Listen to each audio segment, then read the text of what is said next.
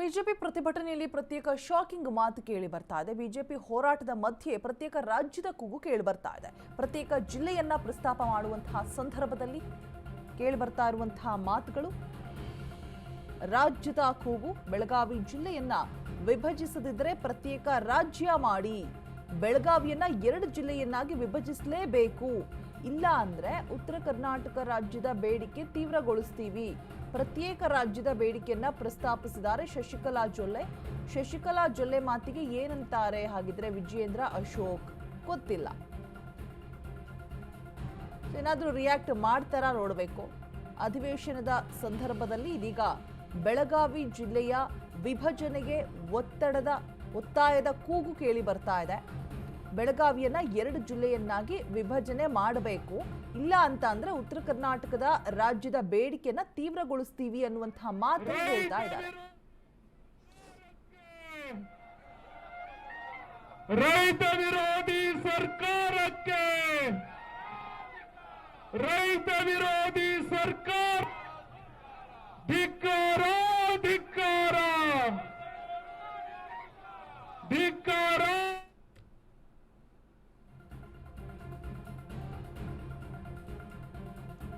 ಅಧಿವೇಶನದ ಸಂದರ್ಭದಲ್ಲಿ ಬೆಳಗಾವಿ ಜಿಲ್ಲೆ ವಿಭಜನೆಗೆ ಒತ್ತಡ ಕೇಳಿ ಬರ್ತಾ ಇದೆ.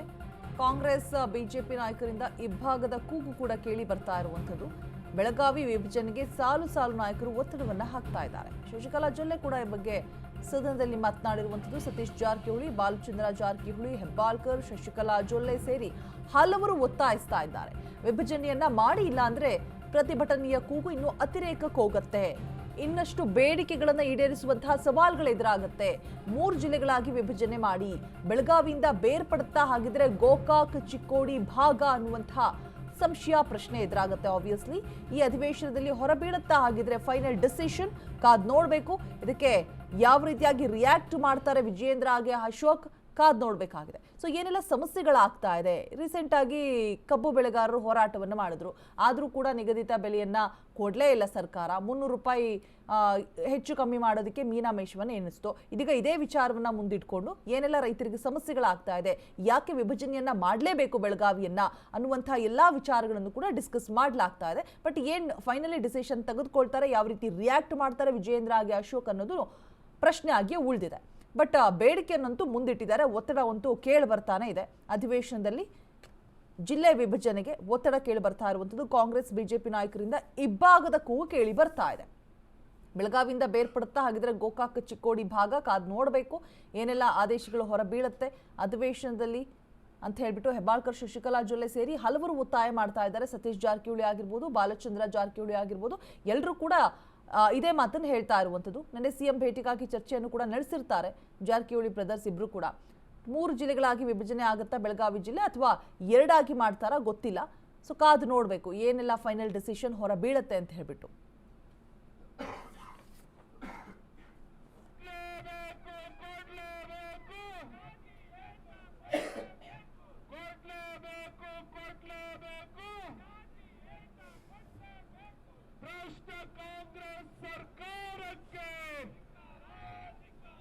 ಭ್ರಷ್ಟ ಕಾಂಗ್ರೆಸ್ ಸರ್ಕಾರಕ್ಕೆ,